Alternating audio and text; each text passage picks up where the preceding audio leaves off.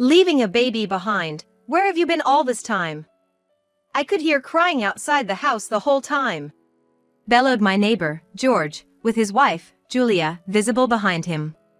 Even as I received cold stares from Julia and the neighbors who gathered like arrows, I couldn't understand what was going on. And for good reason. I don't have a baby in my house? I asked George, bewildered, and he looked at me in surprise. But George, insisting he heard a baby's cry, didn't back down. Similarly, the neighbors and Julia agreed, saying they too heard a baby. Please don't lie. We definitely heard a baby crying. But I don't even have grandchildren, I really don't know. It seemed my words weren't believed. Instead, the suspicion against me grew, as neighbors started giving me cold, hard stares. Then, the harassment worsened. Once, a paper labeled liar was stuck on my door, and a neighbor told me to stop causing trouble as we passed each other. Lately, I've been scared to even meet my neighbors, making going outside daunting. But that day, I had my annual health checkup, so I reluctantly went outside and hurried to the hospital. As I finished at the reception and waited, I saw a familiar face walking from the gynecology department. Emily! I couldn't help but call out her name. She was Emily Johnson, a childhood friend of David and the others. I ran up to her and started talking. Surprisingly, the truth she revealed became the key to solving this issue.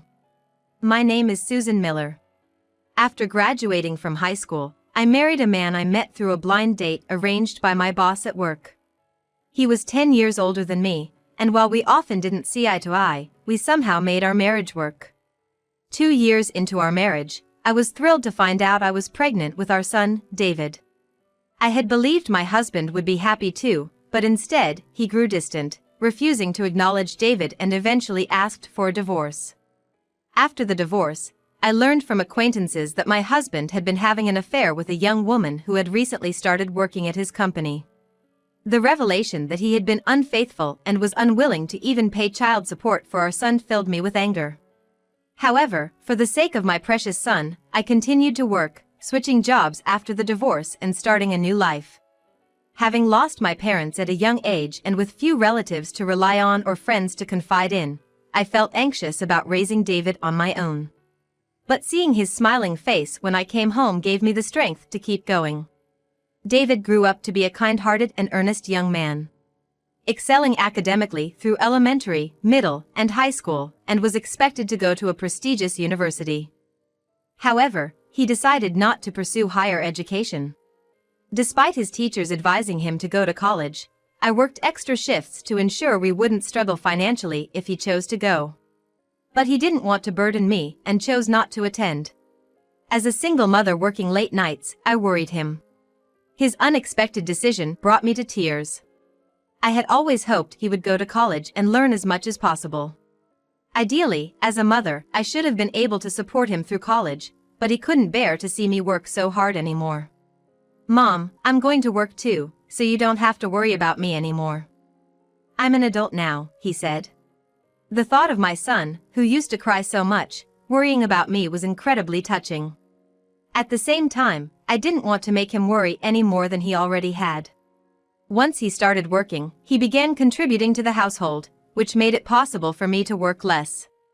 His stable job at a major company helped ensure a steady income. After 5 years of working, David married his childhood friend, Rhea, a kind and caring woman who worried about me and suggested we live together. David had been talking to Rhea about me since they got married. They even bought a new house for us all to live in together.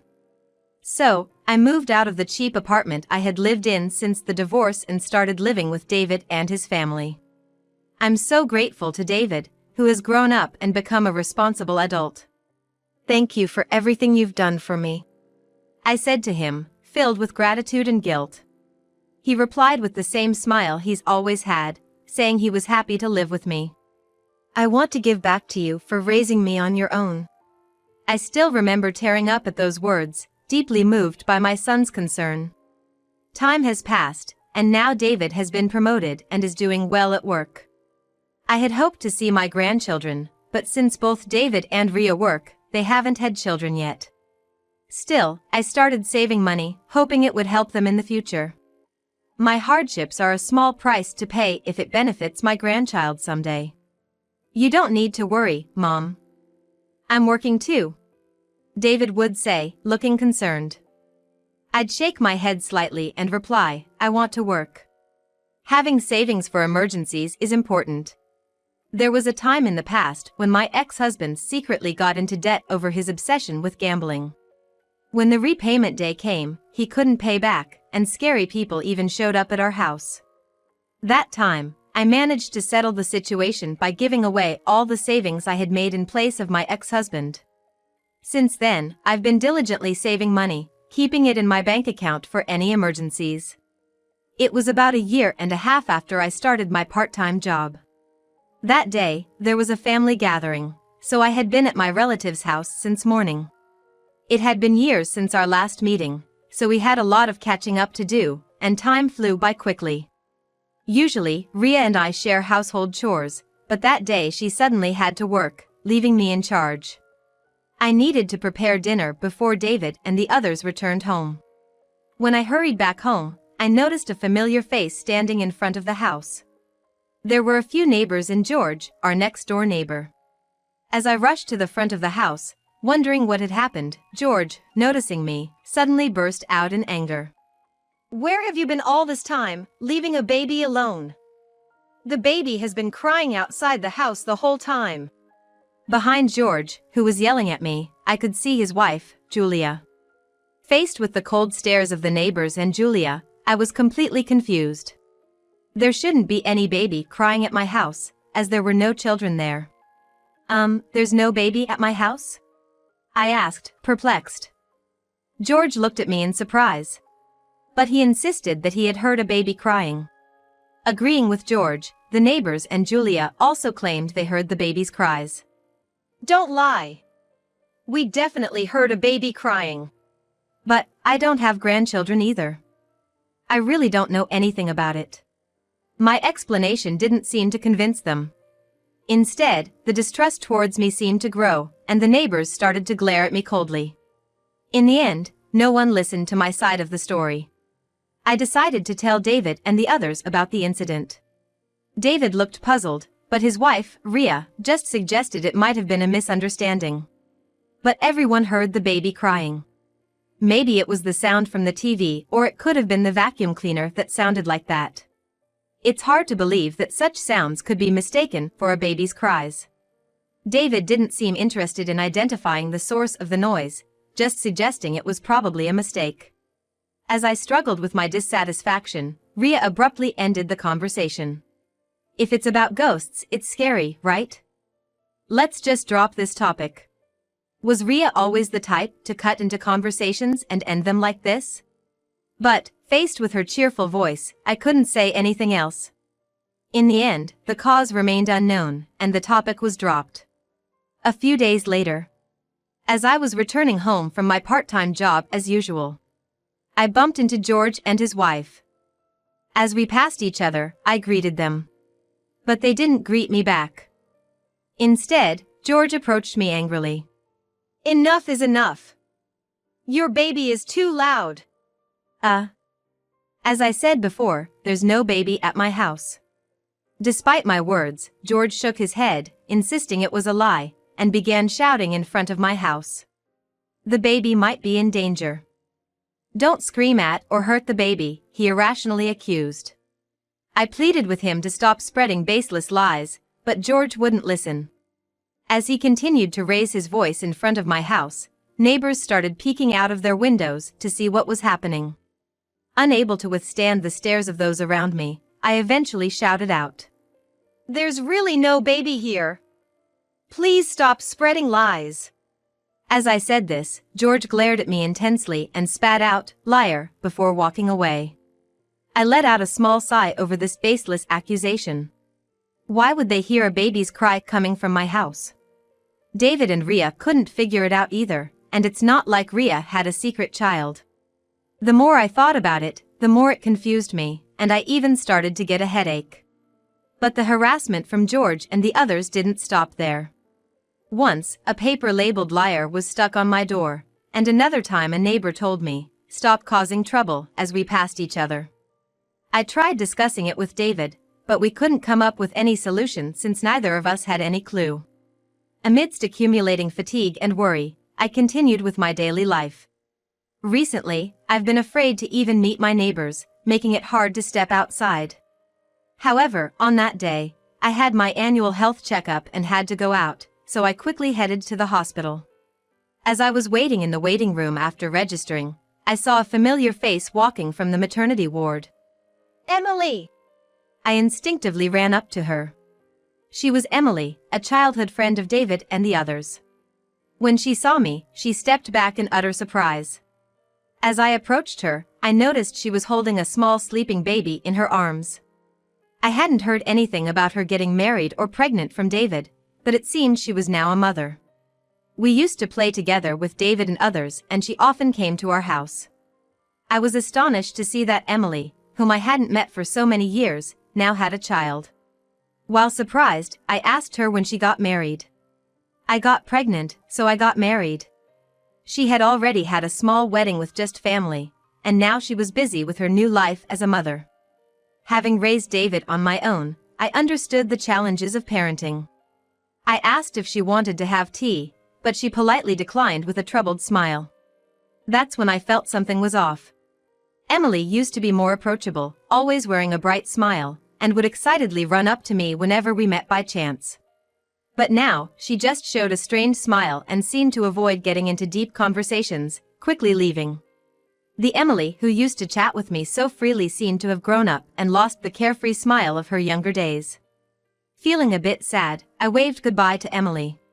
When I returned home from the hospital, I found a bunch of papers in my mailbox, complaining about the noise of a baby. Sighing softly, I took out the papers, only to notice George and his wife Julia watching me. "Your kid is too loud. Just get out of here. Every day, it's so annoying." I ran into the house to escape their yelling. Inside, I blocked my ears to avoid hearing their continued shouts. For over a month, they kept accusing me of things that had no basis in reality. I had reached my limit with the ongoing harassment from the neighbors. Unable to handle it anymore, I discussed it again with David and Ria when they returned from work that evening. I told them about the numerous verbal abuses from George and his wife and the increasingly severe harassment.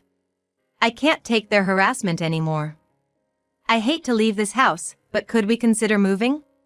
At first, I overlooked their behavior, but the recent harassment is just too much. David agreed, indicating he had been turning a blind eye to George's actions until now, but could no longer ignore them. I noticed Ria, sitting next to him, looking unhappy about the idea of moving. "I'm against it. I don't want to move." David and I exchanged looks, surprised by Ria's unexpected reaction. We asked her why, and she explained that she didn't want to give up the house we had paid so much for. She said she didn't want to waste money buying a new place, especially since they were considering having children. But I couldn't stand the thought of enduring the endless harassment any longer. "I'm absolutely against it. I can't imagine giving up something we've worked so hard for.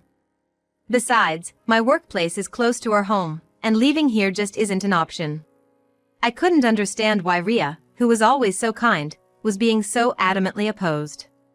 Indeed, her current job was at a company she had longed to join, and both the work and the company culture seemed to suit her well. If we moved now, Ria might have to consider changing jobs, which could mean giving up work she loves. Me moving alone wouldn't solve anything. In the end, we didn't discuss moving any further, hoping instead that the harassment would stop. A few days later, I received a call about my health checkup results and, with a heavy heart, headed to the hospital. Fortunately, despite my age and David's concerns, there were no abnormalities found in my health. Relieved that the stress from the ongoing complaints hadn't manifested physically, I let out a small sigh while waiting for my bill. That's when I spotted a familiar face sitting with a baby in her arms. It was Emily, looking down at her baby with a dark expression and sighing repeatedly. Once so cheerful, I wondered what had happened to her. When I approached her, she seemed startled. She tried to speak, but then awkwardly turned away. I sat down beside her, close enough to offer comfort. You seem down. Is something wrong? Emily shook her head and simply replied, it's nothing. But her demeanor suggested she was hiding something. I looked directly at her and said, please, I want to help you. If you have any troubles, just talk to me. I couldn't believe such a once bright person could look so downcast. Finally, Emily seemed to resign herself to opening up, her voice heavy with resolve. I'm a single mother. It's hard raising a child, working day and night, constantly worrying about money. I was speechless at her painfully honest revelation. But if she was working all day and night, I wondered who was taking care of her child. She couldn't find time for her child, struggling just to earn enough for childcare and living expenses. Who takes care of your child when you're working? Ria looks after my baby. I was taken aback by her unexpected answer. Ria works from morning till evening. How can she manage that with her job? Emily, looking down, started to explain how she was troubling Ria. Apparently, Ria was the only one who knew that Emily had a child out of wedlock. Worried about Emily raising her child alone, Ria had offered to help take care of the child. Suddenly, George's words about hearing a baby's cries came to mind. Ria is looking after your child? Could it be? Emily hesitantly nodded in confirmation. While David and I were away, Ria had been taking care of Emily's child at our house. All this time, I thought the accusations were baseless, never imagining a baby was actually crying. Feeling guilty for thinking it was all unfounded harassment, I exclaimed. Why didn't she talk to me about this? Even a little consultation would have been fine. Emily shook her head and said she would stop leaving her child with Ria. I can't burden Ria anymore. She's already attracting attention at work because of this. It seems that Ria had been taking time off work to care for Emily's child, but her increasing absences had begun to raise suspicions from her boss. Recently, it's become harder for her to take time off. Emily declared that she would no longer rely on Ria and would take care of her child alone. I couldn't just stand by and watch Emily struggle. I wanted to help her in Ria's stead. I longed to see her smile again, like she used to. With that determination, I offered to take care of Emily's child. There's no way I can just leave you struggling like this. Let me help. Emily, tears in her eyes and looking apologetic, thanked me. That very day, she explained the situation to Ria. This would relieve Ria of the need to take time off work to care for the child, and would alleviate Emily's parenting anxiety. I immediately discussed the situation with my workplace and managed to reduce my shifts, deciding to take care of the child. The child, still very young, was quiet, ate well, and slept soundly, but initially cried loudly upon realizing I was not their mother. It reminded me of David when he was young, bringing back nostalgic feelings. But there was no time to indulge in nostalgia. I had to inform George and the others about the real situation. Hey, I need to talk to you about something. I showed Emily the papers accusing us of lying about the baby's cries that George and his neighbors had been posting. Although she looked shocked, I explained the situation and suggested we go to George's house to apologize. Emily, unaware of the situation, looked remorseful, but I was sure George would understand once we explained. On another day, Emily and I went to George's house to discuss the matter. I hoped that a proper explanation and apology might stop the harassment. As we rang George's doorbell, he answered. So, you've finally come to admit to the crying baby, you liar. George shouted as soon as he saw us. Startled, I was about to speak, but it was Emily who raised her voice. Why are you here? She asked George, her face turning pale and tears beginning to form in her eyes. She moved protectively behind me. But it was George who showed the most panic. Why are you here? I told you we were done with each other. At the sight of Emily, George's anger was apparent. Julia also appeared, asking, Who's that woman? And why is this liar here? Overwhelmed by Julia's intensity, I opened my mouth to explain the situation. But just at that moment, Emily, who had appeared behind me, glared at Julia and shouted. He's my ex-boyfriend. This child is his. He refused to acknowledge the child. At Emily's harsh words, not only Julia but also I were left stunned, turning our gaze to George in disbelief. It turns out George had been dating Emily a few years ago and was cheating on her with Julia. Emily, unaware of this, had told George about her pregnancy, but he chose young Julia over her, refusing to acknowledge the child and abandoning them. He had even changed his contact details, leaving Emily to raise the child alone without any support. Julia, her face turning red with anger, directed her fury at George. "What do you mean? I was the other woman. Don't joke with me." Julia screamed at George, who frantically tried to explain himself. I was appalled by the whole scene. "If I had known it would come to this, I would have kicked them out sooner," George yelled, pointing at me. He started to explain. Apparently, George had accidentally discovered that Ria and Emily were childhood friends, and had seen Ria taking care of his child. Panicking, George had been trying to drive us out before Emily could learn about his marriage to Julia. "It's your fault for coming here. If you had left, I wouldn't be in this mess." George's selfish reasoning made me sigh. He had deceived both Emily and Julia, neglecting not only pregnant Emily but also his own child, living comfortably himself. But then, it was Emily who spoke up. "Do you have any idea how much suffering you've caused me?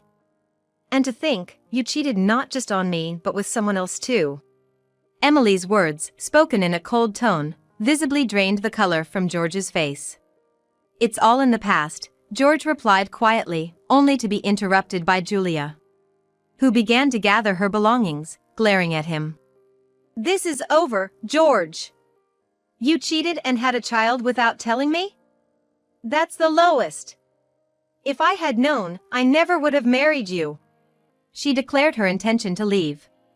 George, apparently caught off guard by Julia's reaction, desperately tried to stop her, but she spat out that she would divorce him and demand alimony. That day, we left George's house, unable to do anything further. Julia's outcry was so loud it seemed to have prompted complaints from the neighbors, and it appears they eventually divorced. Emily, too, consulted a lawyer about George's failure to pay child support. Thanks to all of you. I never even considered consulting a lawyer, thinking I had to do everything myself. It costs money and time, but I plan to have the lawyer calculate everything that's owed. George was eventually ordered to pay child support, including the back payments he had missed. He started working a second job, desperately trying to make enough money. Meanwhile, with less financial worry, Emily reduced her work hours, gradually increasing the time she could spend with her child. Emily and I have kept in touch, and I've been able to enjoy a good relationship with her and her child. Recently, I've noticed her smile returning, the one she had lost. With George and his family gone, a peaceful daily life has returned to us. After several months of this tranquil life, on a beautifully clear autumn day, I received exciting news from Ria about her pregnancy. David, who had longed for a child, was overjoyed at the prospect. It looks like our days are about to become busy again. I'm eagerly waiting for the arrival of my grandchild, enjoying a blissful life.